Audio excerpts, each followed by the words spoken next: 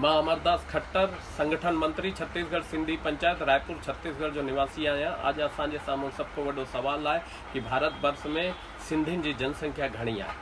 जेकी भी जानकारी अञा ताईं प्राप्त थियूं आहिनि उहे सही न आहिनि, उहे आंकड़ा भी सही न आहिनि। लेकिन इन में एक सुठी मुहिम शुरू कई आहे असांजे कोल्हापुर महाराष्ट्र जा SP सर। उन्होंने एक साइट ठाती आहे और उन साइट का मां हिन वीडियो सां गॾु तव्हां सां शेयर करो थो।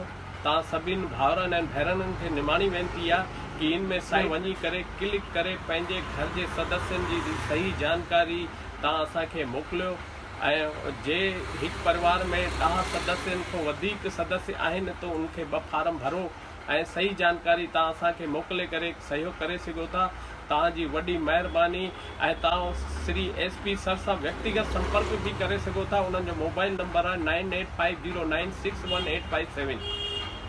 निश्चित रूप से तव्हांजी जानकारी ॾियण सां असांखे पूरे भारत वर्ष में सही जानकारी सिंधी संख्या मिली सके थी, जनसंख्या मिली सके थी। महिरबानी। जय झूलेलाल।